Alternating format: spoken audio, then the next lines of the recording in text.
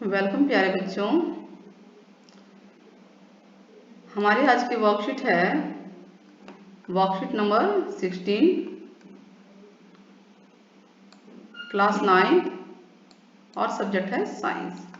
ठीक है, बहुत ही अच्छी वर्कशीट है। परमाणु और अणु के बारे में ही चल रहा है जो पिछली वर्कशीट में चल रहा है।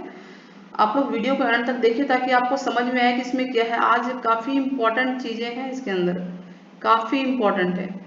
यानी अगर आपने ध्यान से नहीं देखा तो मे भी वो चीज़ें जो हैं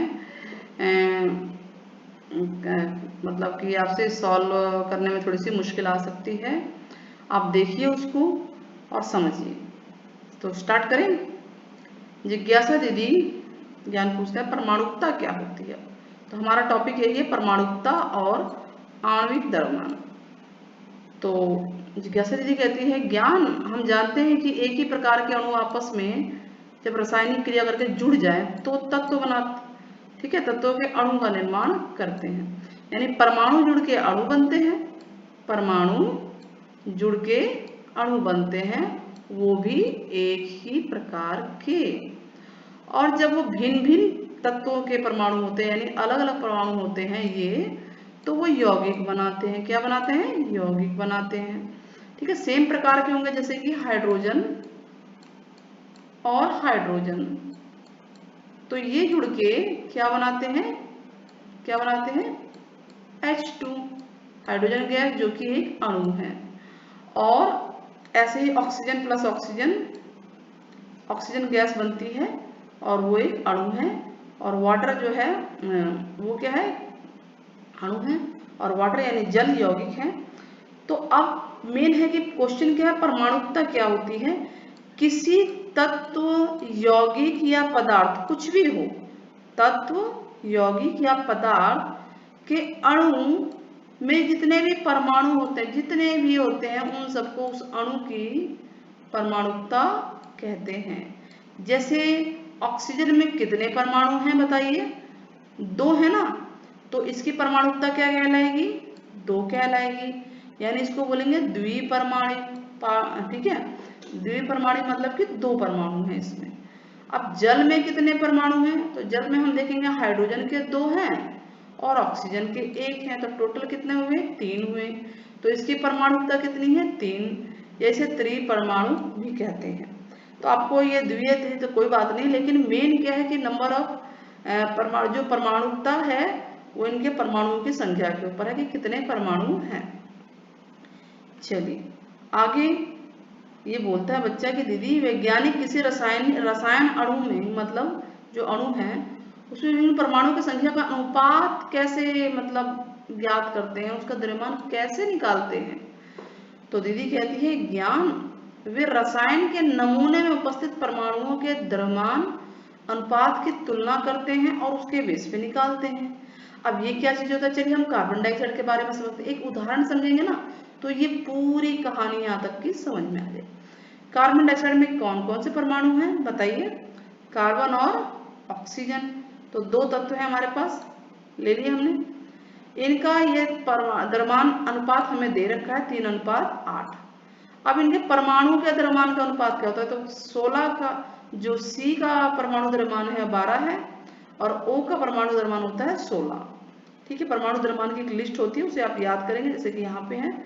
तो 12/16 इसको काटिए तो ये आएगा 3/4। अब 3/4, ठीक है, इसको आप इसके नीचे भी लिखते हैं या इसको ऐसे भी समझ सकते हैं, सिंपल है कि 3/4 गुणा, ये 4 नहीं है, ये 8 है, सॉरी ये 8 है। ठीक है, 3/8 और इसके नीचे 3/4 जाएगा, नीचे जाएगा तो उल्टा हो जाएगा, 4/3 हो जाएगा। 4/3 होगा कि नहीं होगा?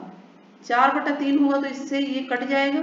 सिंपल तरीका बता रहे जो इसमें लिखा है, A/B का मतलब ये बटा ये। ठीक है, तो ये आप इतना झोल देखने की जरूरत है, सीधे ऐसे ही कट गया। 4/8 यानी 1/2 आ गया।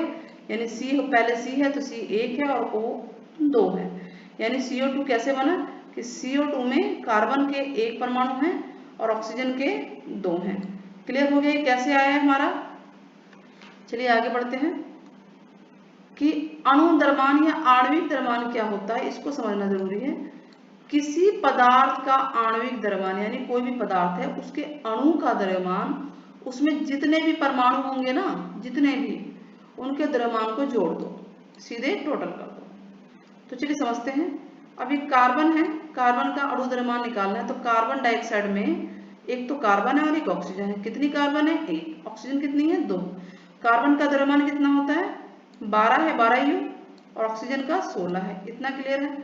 तो हम लिखेंगे कि कार्बन के 12 है, क्योंकि कार्बन एक ही है तो सिर्फ 12 लिखेंगे। ऑक्सीजन 2 है तो 2 गुणा 16, 16 दूनी 32, और 32 में 12 जोड़ेंगे तो 44 आ गया। समझ में अणु द्रव्यमान कैसे निकलता है? जितने भी परमाणु हैं और वो कितनी संख्या में है, उनको, उनके द्रव्यमान को आप जोड़ दीजिए। ठीक है। अब जल को देखते हैं। जल में कितने हैं? 2 परमाणु, H और O हैं। H कितने हैं? 2 हैं। तो हम लिखेंगे, और उसके परमाणु द्रव्यमान कितना होता है? 1 होता है। ये दी हुई है पूरी लिस्ट, इसको आपको ध्यान से करना है, ये पूरी लिस्ट है।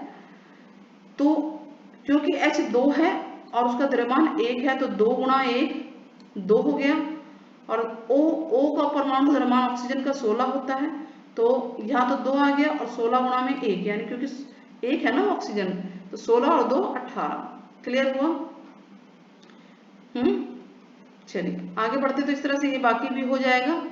नाउ परमाणुकता किसे कहते हैं? तो हमने यहाँ पढ़ा था कि कोई भी तत्व है, यौगिक है, पदार्थ है, उसमें जितने परमाणु हैं उनको जोड़ दिया जाए तो उसी को परमाणुकता कहते हैं।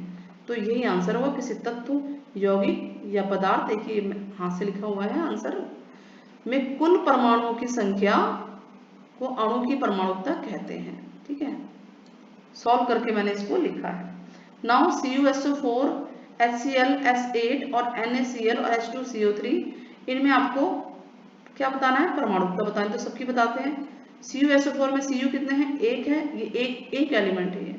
S कितना है? 1 है, ऑक्सीजन 2 4 है, तो 4 और 1 5 और 1 6। HCl में 1 और 1 2, Cl क्लोरीन एक ही है ना, सिंगल, L तो छोटा लेटर है उसी के साथ है, तो 2 हो गए। S8 में 8 है, NaCl में 2 है, और H2CO3 में 6 है। ठीक है, कैसे आया? 3 और 1 4 और 2 6। क्लियर हो गया? चलिए क्वेश्चन नंबर 2। जल में अणुओं की संख्या का अनुपात निकालना है। जैसे ये किया था ना, ये वाला, इसी तरह से निकालना है। और इसको हमें दे रखा है कि H और O का द्रव्यमान अनुपात 16, 1:8 है। तो चलिए हम स्टार्ट करते हैं। तो हम लिखेंगे, क्या लिखेंगे?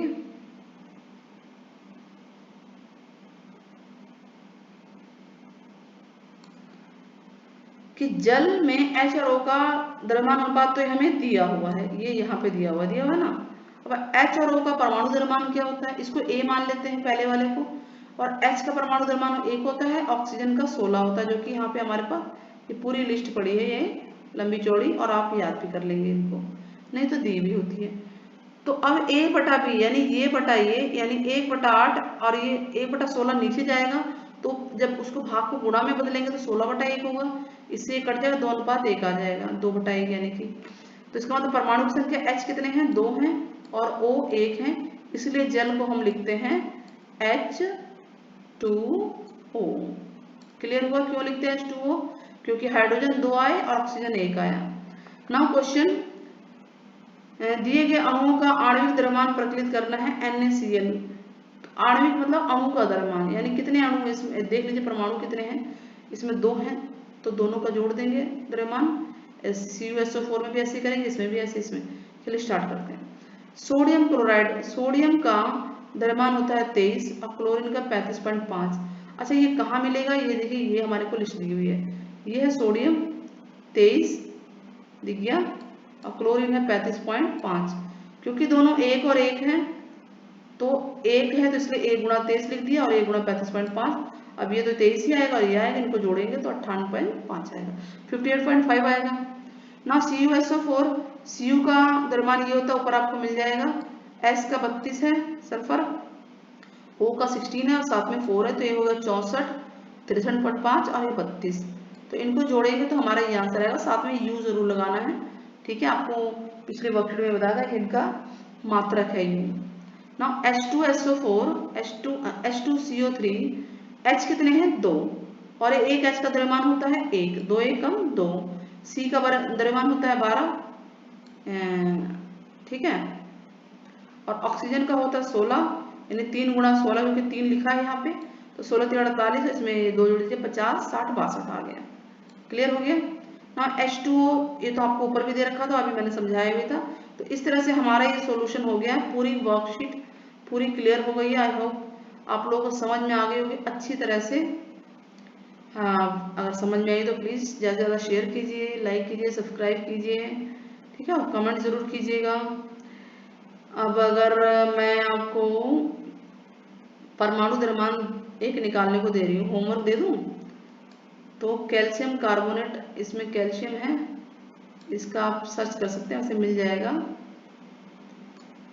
Calcium Ca।